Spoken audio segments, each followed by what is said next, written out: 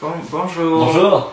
Est-ce que vous auriez le jeu Under Falling Skies? Lequel?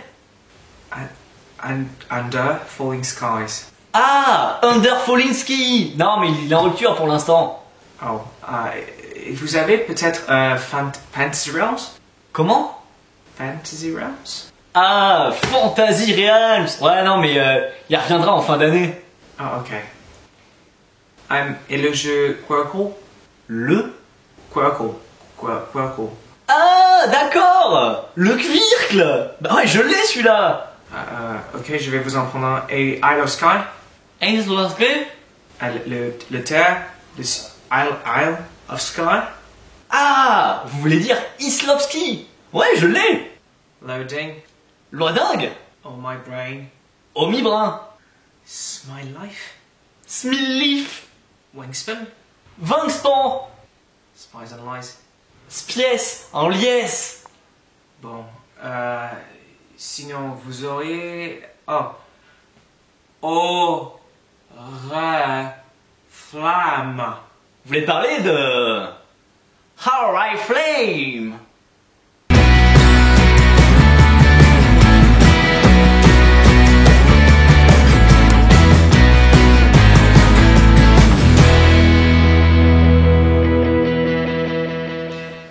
Bonjour, vous travaillez ici? Ah oui, et vous? Non.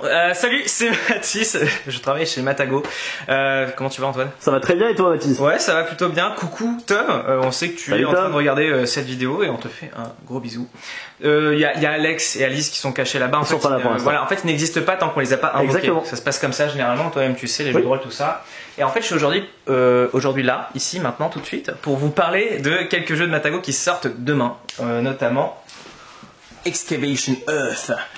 Ce jeu, qui est illustré par Philippe Cruz et créé par David Turczi, Weili et Gordon Kellera, c'est une des nouvelles sorties. C'est un jeu expert, on le voit à la tranche, 14 ans plus, Ok. 1 à 4 parce qu'il y a un mode solo et on est à peu près sur 90 minutes de partie. Donc des bonnes parties, mais il y a de quoi s'amuser. Pourquoi?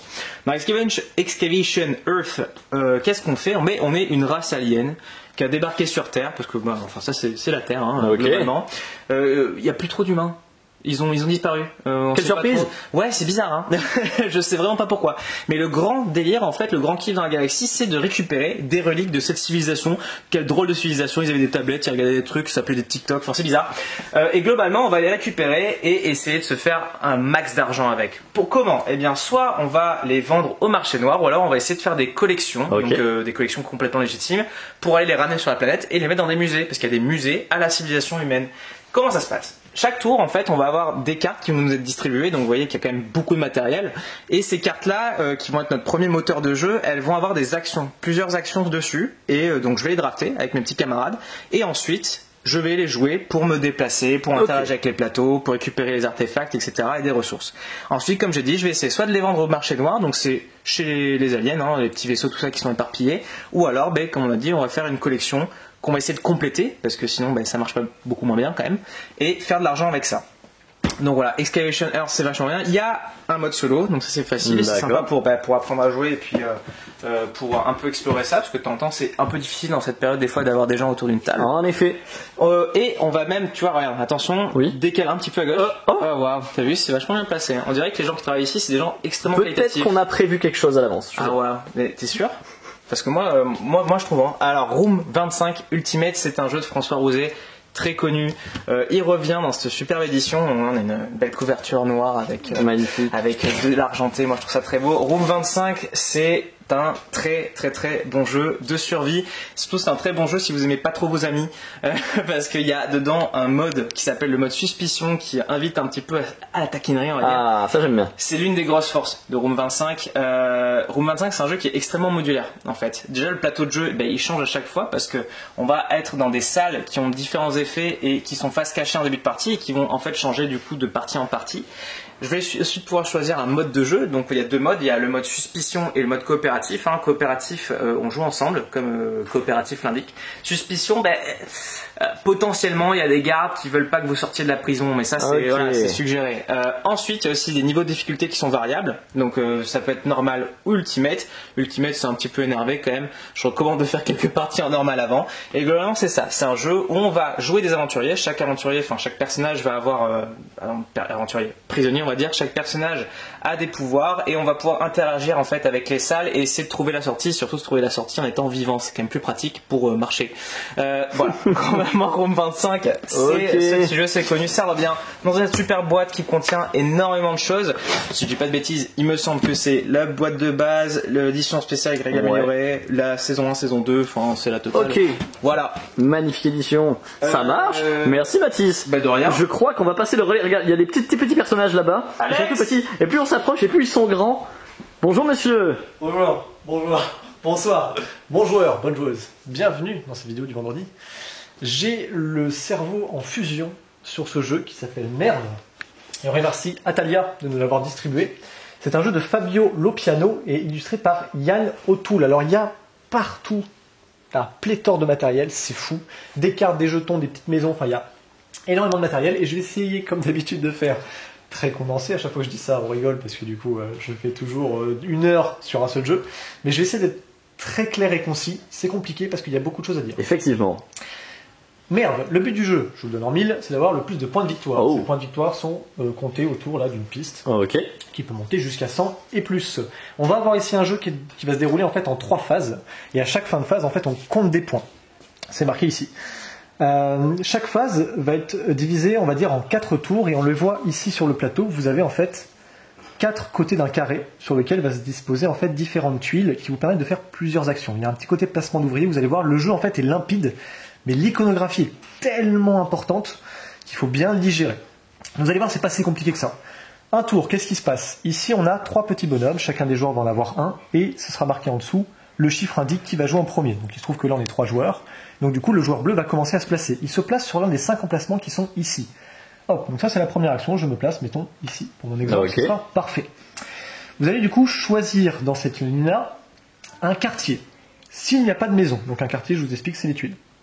S'il n'y a pas de petit bâtiment dessus, vous allez pouvoir en placer un. Et vous allez du coup activer cette tuile. Activer une tuile, qu'est-ce que c'est? C'est récupérer la ressource qui est inscrite juste en bas à droite de la tuile. Donc là, en l'occurrence, je récupérais une petite ressource que je récupère. Hop, pardon, juste là. Voilà. Je récupère une petite ressource. Ok. Si jamais il y a d'autres bâtiments de cette même couleur-là dans la ligne, je vais également récupérer les ressources qui sont présentes sur ce même couleur de bâtiment. Cela veut dire que, là en l'occurrence c'est mes couleurs, parce que je suis le joueur bleu, mais si je m'étais mis là, j'aurais pu activer les bâtiments du joueur rouge. L'intérêt c'est que je gagne toutes les ressources de ces couleurs-là, mais le joueur adverse les gagne aussi. Donc c'est, on va dire, à double tranchant. Okay. Chaque joueur va faire ça, donc je rappelle, je me place ici, je construis un bâtiment s'il n'y a pas de bâtiment, sinon j'active la tuile, je récupère les ressources de tous les bâtiments de cette couleur-là, et une fois que j'ai généré des ressources, je peux faire une action parmi 3. L'une des actions possibles, c'est d'avancer votre jeton sur cette petite piste-là, qu'on appelle la piste des faveurs. Les faveurs, ça va permettre de marquer des points, entre autres, et de pouvoir conquérir, on va dire, à des objectifs en fin de partie, qui sont juste au-dessus. Vous allez ensuite pouvoir, je rappelle, c'est une action parmi 3, donc soit gagner des faveurs, soit vous pouvez placer un soldat pour protéger vos maisons. Il y aura besoin de protéger vos maisons. Placer un soldat, il suffit de le mettre ici, c'est indiqué par la petite icône. Ça permet de protéger vos maisons, mais ça c'est pour la fin de la phase. Et l'autre possibilité, c'est d'activer la tuile que vous avez choisie au début. Donc là, par exemple, si je choisis d'activer cette tuile-là, je réalise l'action qui est ici. Et c'est là qu'on va essayer de faire un plan large sur le jeu. Pourquoi? Parce qu'en fait, ça, c'était le centre du jeu. Mais tout autour, vous voyez, il y a des zones d'action. Et c'est là où tout le jeu prend sa richesse. Si sur la tuile, vous avez le symbole des murailles, vous allez pouvoir réaliser ici des constructions de murailles. Je ne vais pas rentrer trop dans le détail, mais dans l'idée, vous prenez une muraille en payant le coût de construction et vous protégez des bâtiments. Vous avez ici le caravansérail, donc sur le côté ici du plateau, vous avez plein de petites cartes, c'est entre autres des principes de collection, mais il y a des contraintes par rapport aux épices qu'on peut collectionner, puisqu'il faut en collecter en général par paire identique ou 3 différentes, mais il y a une contrainte pour en avoir 3 différentes, je vous expliquerai après comment. On a juste en dessous, ici, j'avais oublié une zone, le marché qui vous permet de troquer des ressources contre des marchandises, qui vous servent aussi à réaliser des objectifs, mais j'y reviendrai après. Vous avez ici la bibliothèque qui vous permet d'obtenir des bouquins des petits livres ici, ou pour obtenir de nouvelles tuiles qui vous coûtent des livres. Donc il y a un petit côté troc ici, en payant des ressources évidemment. Ici c'est pour avancer sur la piste de faveur et notamment marquer des points de victoire lors de la phase. Et ensuite ici on a la mosquée, qui est une sorte de piste de progression, toujours en payant le coût indiqué. Et tu vois que sur la gauche de la mosquée il y a également des objectifs à réaliser. Donc un jeu extrêmement complet. Le cœur du jeu, entre autres, c'est lorsqu'on va arriver en fait à la phase de décompte, il faut regarder dans cette phase-là, donc sur la piste des faveurs, les différents meeples qui y sont placés de votre couleur. Vous allez regarder en fait les conditions pour marquer des points de victoire. Donc chaque zone fait marquer des points de victoire différemment en fonction des icônes. Ça peut être pour les livres, pour les cartes de collection, pour les marchandises et notamment pour les objectifs de marchandises que vous avez réussi à faire, ou pour le placement de la mosquée. Et vous le faites pour chaque petit bonhomme que vous avez. Ce qui va se passer, c'est que pour marquer ces points-là, il faut payer. Donc il faut descendre de 1 à chaque fois dans la piste de faveur pour conquérir, enfin pour pouvoir prétendre marquer ces points-là. Ok. On fait cette phase-là, mais il faut savoir qu'à la phase 2, avant de marquer les points, on a l'attaque des Mongols. Et le problème, c'est que les Mongols, ils vont attaquer tous les bâtiments qui ne sont pas protégés. Je vous rappelle qu'on peut protéger des bâtiments, donc notamment un mur protège 2 bâtiments ici. Et donc ce mur-là, évidemment, protégerait ces 2 bâtiments-là. Donc il faut à chaque fois bien placer ces murs pour protéger ces bâtiments, potentiellement ceux des bâtiments adverses. Parce que comme je disais, déployer un garde permet ici de protéger son bâtiment, mais vous gagnez qu'un point de victoire pour le faire, alors que si vous le faites sur un adversaire, si vous protégez un bâtiment adverse, vous en gagnez 2. Donc beaucoup plus intéressant. Je viens sur cette piste-là, en fait, qui est une sorte de piste qui va pouvoir pallier les contraintes. Pourquoi ? Parce qu'en fait, quand vous montez ici cette piste-là, vous avez la possibilité d'acquérir beaucoup plus de différents types d'épices sur les cartes qui sont sur le côté dont je vous ai parlé, parce qu'il y a 3 types différents. Si vous n'avez pas assez progressé sur la piste d'influence, vous n'allez pas pouvoir collecter suffisamment d'épices différentes. Et notamment ici, il y a des petites couleurs, on voit. Il y a du rouge, du jaune et du violet parfois. Ça renvoie sur la gauche du plateau avec les petites cartes d'objectifs. Vous voyez, en bas ici, par exemple, il faut que j'ai l'influence suffisante pour pouvoir prétendre réaliser cet objectif-là. Donc en fait, c'est un jeu qui va avoir des phases de jeu très simples, très claires, avec une iconographie qui est limpide, mais c'est juste que votre plateau, il est entouré de milliers d'actions, et comme dans tout très bon jeu, vous aurez envie de tout faire, mais vous n'aurez jamais les capacités suffisantes pour le faire. Je pense que j'ai été assez clair sur Merve. Je fais un petit point sur ces petites structures en bois. Je sais pas si vous l'avez c'est vu. dans le jeu ça ? Alors pas du tout. C'est pas dans le jeu. Pas du tout. En fait, ce sont des personnes qui sont venues et qui font ça. En fait, c'est Bruno et Lucille. Donc, c'est des personnes qui n'ont pas encore commercialisé exactement dans les boutiques ce genre de produit. Mais ça peut être très intéressant si vous êtes justement intéressé par ce genre de produit, notamment pour genre ranger les jetons. Ils font aussi des porte-cartes, vous voyez. Donc, si on a ces porte-cartes là. Donc ça, c'est pour justement mettre les cartes. Là, j'ai pas fait, mais hop, on peut très bien mettre les cartes comme Super. ça. Donc ça, si jamais vous cherchez des jeux pour porter vos cartes, vous en avez ici. Si vous cherchez aussi un moyen de ranger vos jetons, ça se fait aussi. Donc il faut Ils sont juste très pratiques, ils sont très tout à fait. agréables. Il faut juste nous contacter en commentaire, Instagram, Facebook, par téléphone. Vous nous dites, ah bah oui, j'ai vu les trucs en bois dans la vidéo, je suis intéressé. Nous, on va contacter du coup Bruno qui fait ça, du coup. Et ensuite, on voit avec lui pour vous les vendre. Voilà. Super. C'était Mère, j'espère que j'étais assez clair. Et bien, ça donne très très envie. Bien sûr. Je vais vous laisser en compagnie d'Alice, je pense, pour présenter Magic Market. Pépélato, voici Magic Market, c'est de Loki, voilà la petite gamme pour enfants de Yellow. Je vais voir ta boîte. Hop là. C'est super. trop mignon, hein. J'ai déjà mis ma tête dessus.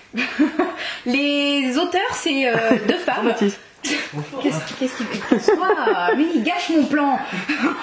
Donc c'est par 2 femmes, c'est les Fées Hilar, voilà, ce sont 2 auteurs très talentueuses, elles ont été aussi scénaristes par exemple de Détective Charlie, Ok. voilà, et illustrées par Jérémy pardon, désolée d'avance. Alors, Magic Market, c'est pour des enfants ou plus, hein, d'ailleurs, parce que nous on s'est bien amusé avec Alex à la pause, donc à partir de 6 ans, 2 à 4 joueurs, 30 minutes, grand max. Voilà. Ça va être un jeu de négoce. Et oui, à partir de 6 ans, un jeu de négoce. C'est génial. fou, hein. T'étais très surpris tout à l'heure. Moi, je trouve ça super que ça existe. C'est génial. Négoce et mémoire. Voilà. Ok. Donc en gros, on va être des sorciers sur la place du marché et on va vendre nos produits. Donc voici un étal ici d'un joueur. Donc chacun va avoir son petit étal comme ça, c'est super mignon et on va avoir plein de produits, alors on en a plus hein, comme vous voyez, hop ils sont cachés ici et on choisit au début lesquels on veut afficher. Alors dans le jeu on vous conseille d'afficher ceux que vous trouvez les plus mignons ou que les autres joueurs trouvent cool, voilà pour les attirer justement sur votre étal. Voilà quand même, hein. Donc chacun son étal, on commence tous avec quelques petites pièces et ici voici la place du marché. Très mignon n'est-ce pas? Ça c'est des petits chapeaux des sorciers qui se baladent au marché mais vus de haut. Trop mignon. C'est trop cool. Donc du coup, le but c'est de faire le plus d'argent possible parce qu'on est quand même au marché, hein, voilà. Ça reste très capitaliste comme jeu, c'est bien pour apprendre la vie aux enfants. Capitalisme et de la magie, c'est parfait. C'est parfait, n'est-ce pas? Donc voilà, à la fin de toute la journée de marché qui est ici, donc on commence à 8h du matin, hein, on se lève tôt pour le marché, et jusqu'à 5h de l'après-midi, c'est le temps qu'on va avoir pour vendre autant de choses qu'on peut. Ok. Voilà, après on va compter nos petits billets et nos petites pièces. Regarde les petits billets. Ils sont pas trop bien? Ils sont vraiment excellents ces petits billets. C'est des Dracos, voilà. En plus ils sont plastifiés, ils sont super agréables. Ouais, la qualité est très bien, Voilà. ils vont pas se déchirer de suite. Ça, c'est vachement cool. Donc, maintenant que j'ai un peu tout expliqué, le tour. Comment on joue? Eh bien, tout simplement, chacun notre tour, on va lancer ce dé de chiffres. Hop. Ah ben j'ai fait 2, super. Hop, et je vais déplacer la roulette dans le sens des aiguillements de deux cases, 2 tours. C'est-à-dire, vous voyez, ici, il y a le marqueur étoile. Donc, je vais tourner de 1 étoile et 2 étoiles. Ok. On va dire que je suis joueur bleu. Le joueur bleu a son petit coin ici. Donc j'ai le droit de révéler un des 3 chapeaux qui sont dans mon coin à moi. Ok. Pourquoi je vais faire ça? Hop. Ouh, c'est un petit sorcier qui me demande un article de la catégorie livre. Ok. Comment on voit ces catégories? Eh bien regarde donc. Hop, ici sur mes petits produits, en bas on voit les catégories. Ça Ok. tombe bien, j'ai une catégorie livre. Parfait. Pourquoi? Il y a une petite twist, c'est que vous voyez sur cet étal, chaque joueur a 2 catégories d'articles qu'il n'aura pas, jamais. Voilà, donc on pourrait lui en demander, mais il ne les aura pas. Donc là, ça tombe bien, ce sorcier-là m'a demandé un article que j'ai. Bon, alors je lui propose. Voilà. Comment je vais lui vendre? Eh bien, je vais lancer ce des 2 couleurs, hop, et la couleur qui m'indique, c'est le prix auquel je vais lui vendre. Vous voyez, là j'ai fait vert. Vert, c'est le plus bas prix. Dommage. D'accord. Si j'avais fait bleu, c'était 2 pièces, et si j'avais fait rouge, c'est le plus fort prix. Bon, là j'ai pas eu de chance, il me l'achète pas très cher, hop, je gagne 1 pièce, et ça, je le défausse. Et ce sera au prochain joueur de jouer. Il lance le dé, de chiffres, il avance la roulette, et du coup, on va commencer à avoir un peu de mémoire, parce que l'autre s'est dit, ah, moi j'ai pas de livre, je suis justement le joueur, j'ai pas la catégorie Évidemment. livre. Donc du coup, j'ai pas envie d'aller voir ce chapeau parce que si je le révèle, bah, je pourrais rien lui vendre et je perds mon tour. Donc on va voir ça. Contrairement, on pourrait avoir, ah lui, il est là-bas, il a révélé un petit chapeau, feuille. C'est bien, j'ai des trucs feuilles qui valent cher en plus. Je vais retenir les bottes, c'est bien, ok. Et on va continuer comme ça. Maintenant, il y a 2 types de chapeaux très particuliers. Alors, maintenant, il faut que je fasse marcher ma mémoire. Je crois que c'était... Oui, c'était... Bien joué. Voilà. Ici, c'est un sorcier fou. Voilà, c'est un client fou. D'accord. Voilà, il tire la langue, il est tout Ça fou. arrive. Voilà, lui, vous pouvez lui vendre ce que vous voulez. Voilà, c'est n'importe quelle catégorie. Par contre, vous lui donnez pas au plus fort prix, hein, vous lancez quand même le dé. Évidemment. Il est fou, mais pas non plus débile. Et dernier, c'était, je crois, chez la Sauve-Souris, je l'avais mis, voilà. Ça, c'est un petit pote, c'est votre pote, c'est un ami. C'est un sorcier qui va venir très gentiment tenir votre stand pour vous, le temps que vous alliez voir les stands des autres joueurs. Ah, alors ça c'est très gentil. Ça, c'est hyper cool. Et c'est là où on va voir le négoce. Parce que là, vous vous disiez, bon, il n'y a que de la mémoire, il est où le négoce? Et bien là, on va acheter chez les autres, on va lui dire, vas-y, j'ai bien envie de prendre ton petit dragon, là. Tu me le vendrais pas, genre, aller à 1. L'autre va dire, bah non, attends, je vais pas te le vendre à 1, moi je te le vends à 3. Non, bon, allez, je te le prends à 2. Bon, ok. Et on se met d'accord. Si on se met pas d'accord, c'est super bien pensé, eh bien, on lance le dé. Et c'est le dé qui dira à quel prix je te l'achète. D'accord. Voilà. Il y a plusieurs modes de jeu. Le premier mode de jeu, c'est vous achetez juste parce qu'il faut acheter. La règle vous le dit, il faut qu'à la fin de la journée de marché, vous ayez acheté 3 objets chez chacun des autres joueurs. Voilà, sinon vous les achetez au rabais, vous êtes obligé à la fin de les acheter au rabais. Mais dans la petite variante, vous voyez, vous allez avoir une besace chacun.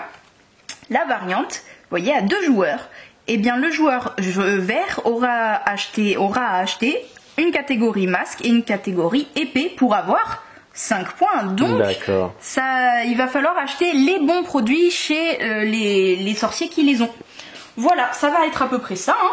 Je crois que j'ai rien oublié, ça te paraissait clair, Antoine? Mais oui, très bien, et ça donne très très envie. Nous, on s'est vraiment éclatés. Mais c'est super, il y a de la mémoire, il y a un petit peu de négociation, ouais. Il y a la petite horloge ici pour faire les tours qui permet d'apprendre l'heure analogique, c'est vraiment trop cool. Oui, les petits billets, le matériel est top. Ouais. Et bon, ça, il y a juste marqué c'est cadeau. Ça sert à rien dans le jeu, hein, mais bon, c'est pour vous ensorceler, voilà. Donc, Pépé Lato, au revoir. Mais que fais-tu? Je sais pas, je tire ou je pointe. Je sais pas trop. Ouais. C'est fish and chips. Attends, je fais un petit coup là, vite fait. Hop.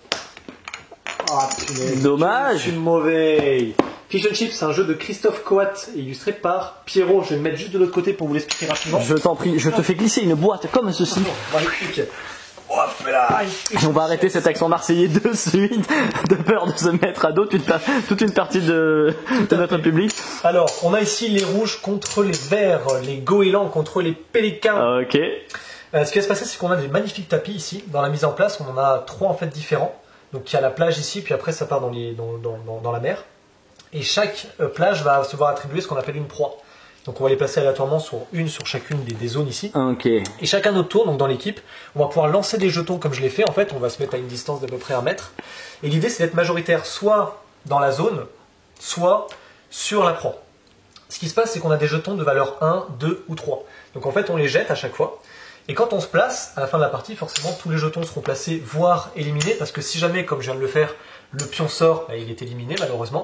Si jamais il était sorti, mais que par un effet de roulement, il arrive sur le jeu, c'est quand même considéré comme sorti. Ok. Des petites règles au niveau de la majorité, c'est que les valeurs comptent. Donc là, par exemple, lui, il ne compte pas dans la zone parce qu'il est sur la proie. Par contre, il est tout seul. 1 point pour la proie, 1 point pour la zone. Donc ici, la proie me fait 1 point pour les rouges.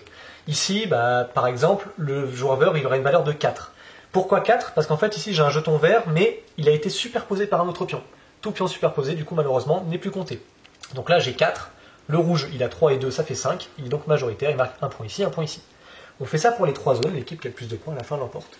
C'est super malin. C'est un petit jeu qui couple, on va dire, le palais breton avec de la pétanque, parce qu'on peut quand même jarter les pions des adversaires aussi. C'est très malin. Ils ont pensé au petit contour qui permet d'aller... évidemment de ralentir les jetons qui roulent, parce que parfois ça peut arriver qu'ils roulent et puis ils partent sous un meuble. Ça c'est bien pensé, et les tapis sont de super qualité. Franchement très très cool. Petit jeu d'été que vous pouvez jouer à l'intérieur, parce que contrairement à d'autres jeux d'été en général, on pense au molki, on pense à la pétanque, on pense au palais breton, mais on peut pas forcément y jouer en intérieur. Ça c'est parfait, sur une table ça peut passer.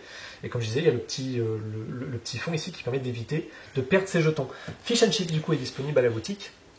Et je vais donc vous laisser maintenant me retrouver derrière le comptoir. Me retrouvez moi ou quelqu'un d'autre? C'est moi. Rebonjour, c'est Mathis. Merci Alex. Alors, on se retrouve pour une petite surprise. Il s'agit, je sais pas la boîte mais c'est pas grave. Il s'agit de Trails. Trails. Où est la boîte de Trails? Trouvez-moi la boîte de Trails. Magnifique. Oui.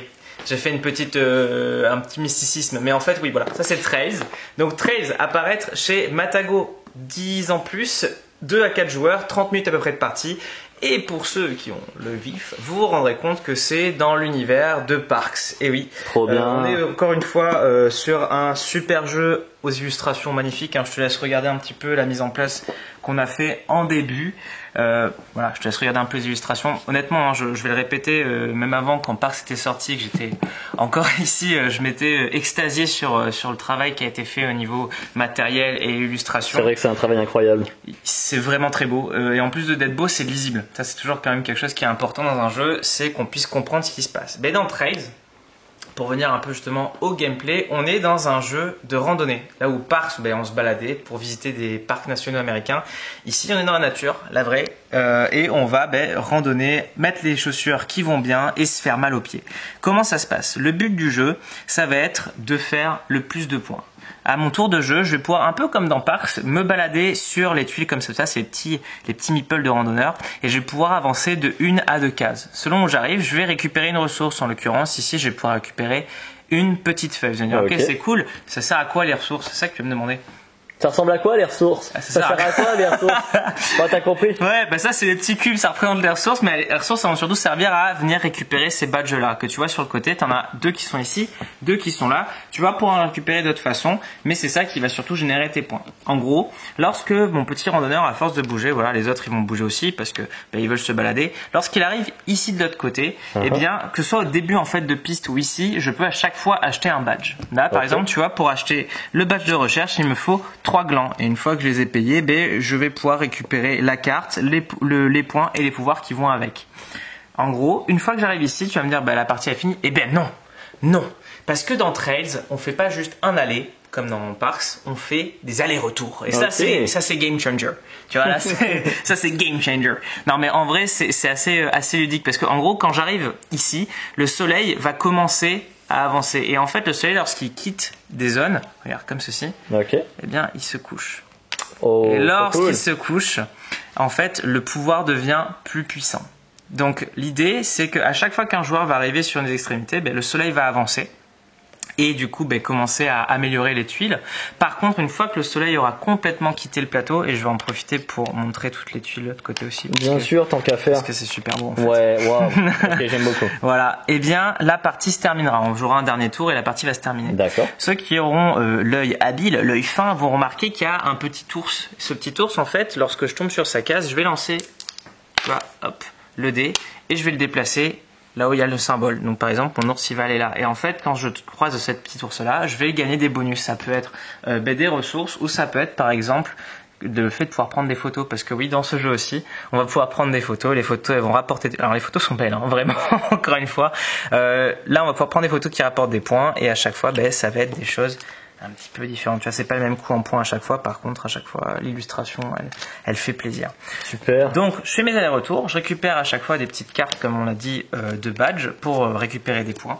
Et l'autre chose que je vais pouvoir faire, c'est que je vais aussi avoir ma gourde. Et oui, les gourdes, elles reviennent. C'est un peu moins trails quand même, et on va dire, il y a moins de choses en termes tu vois, d'outils, etc., que dans Parks où on va aller pour acheter, vous savez, les objets, pour améliorer ses actions, etc. C'est un peu plus smooth, c'est un peu plus direct, mais tu vois, l'interaction est plus focalisée sur les lieux. Mais je vais pouvoir quand même revenir sur mes gourdes. Et en fait, la gourde, je peux l'utiliser une fois, à part quand j'ai réussi à faire mon trajet. Okay. Et elle me permet, quand je l'utilise, tu vois, je l'ai vidée, j'ai bu la gourde, d'avancer d'autant de cases que je veux. Et ça, du coup, c'est hyper perturbateur pour les autres joueurs, parce que comme on l'a dit, dès que je commence à avancer, je accélère la fin de partie. Il y a tout un timing à avoir. Il y a encore une fois cette notion de course, etc. Mais ce que j'aime d'entrée, c'est que déjà, on a récupéré encore une fois cette illustration que je trouve qui est vraiment très réussie. On a récupéré, tu vois, des éléments un peu de jeu simples et hyper accessible, mais on garde de la profondeur. C'est pas un jeu qui est large, c'est-à-dire qu'il n'y a pas 30 000 trucs à faire. Par contre, c'est un jeu qui a de la profondeur. Il faut vraiment prévoir les coups. On va pouvoir aller très loin comme ça dans la stratégie, et c'est hyper interactif, un peu aussi comme Parks, on va pouvoir un peu gêner les autres. Moi, j'aime beaucoup. Voilà. Ça, et ça sort quand, ça? Ah, alors ça. J'invite les gens à venir voir Discord et bien sûr se tenir au courant sur le Facebook, l'Instagram Matago pour avoir les dates de sortie officielles, mais ça arrive bientôt. Voilà. Ok, super. Eh bien écoute, merci beaucoup Mathis pour cette présentation en avant-première. Merci d'avoir participé à cette vidéo. C'est un plaisir de vous retrouver, surtout. Bon, faut pas le dire, mais on se voit un peu souvent aussi.